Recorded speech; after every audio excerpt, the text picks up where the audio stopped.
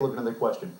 Do you think it's moral for the government to force taxpayers to pay for their neighbors' health insurance? We're already forced to pay for emergency medical care for the poor and for seniors as well. That coming from William T. Thompson in Little Rock. Well, that's Touch interesting. on this Just think about what we're saying.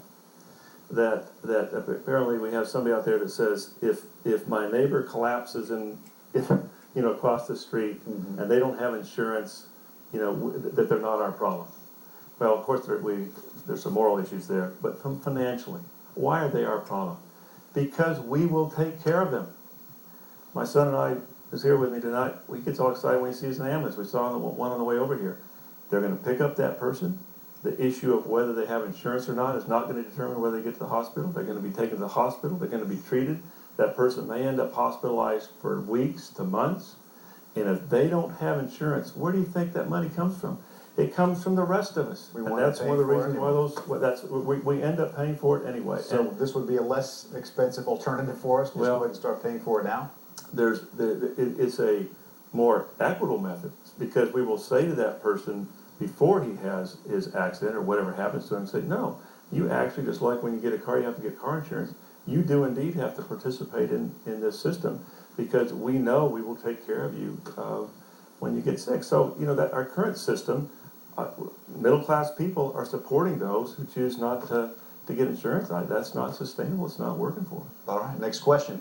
I would like your honest opinion of how you judge the job President Obama and Democratic leaders have done so far this year. I'm graduating from Arkansas Tech University this Saturday. I'm scared for my future and for the future of the ones I love. That coming from Jeremy Cheatham. Well, let me say several things about that. President Obama has really inherited an incredible amount on his plate, really unprecedented.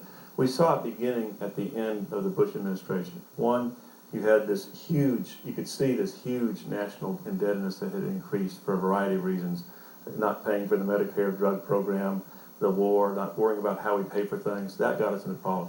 But then, I give the Bush administration credit for this, they recognized in the fall, in the last year of President Bush's term, that we were on the edge of an economic abyss.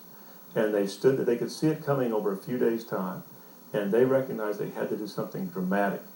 And that's where we've gotten into the TARP program and all the so-called bailout funds. We have stepped back from that abyss. And I think the worldwide credit markets that don't seem to have much in our personal lives, except they do, because they keep the world economy going, keep the U.S. economy going.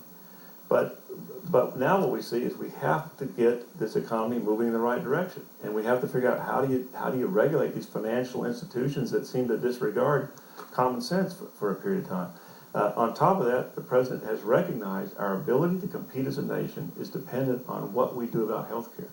How we get predictable energy supplies, predictable both in supplies and costs. And all those things are on his plate. The war in Iraq, the war in Afghanistan, our national security at the top of the list. So having said that, I would give him very high grades in the area of refocusing our national security, getting refocused on Afghanistan and what's going on there, getting refocused on diplomacy. I think there's some things they could have done differently in terms of making the case to the American people about what's going on with health care. I think we have let the opposition, and we've had a series of these questions tonight, we have let the opposition of doing anything differently kind of define this thing in such a way that we lose focus on, wait a minute, what we're doing is not sustainable. What we're doing is hurting literally tens of millions of Americans who do not do well in this country with health care. And it will get worse. And we rejected the Clinton proposal back in the early 90s. And it may well should have been rejected because of some of the intricacies and details. But what we did do then is we refused to say we still have a problem. And we conducted this shameful, reckless experiment for 15 just let years. it go on. And if you don't do anything, what's going to happen? What we've learned is things get worse. Will this put the government in the insurance business? Well, when you say that, will it put us in the business? I mean, Medicare is a huge government-run healthcare program, and that has worked very well for seniors. It has delivered great care. The problem is we have got to figure out how to finance it, and we haven't figured out how to do that. So you say, well, it put us in the business. We're already in the business. We already do TRICARE for our military. We do our VA healthcare system.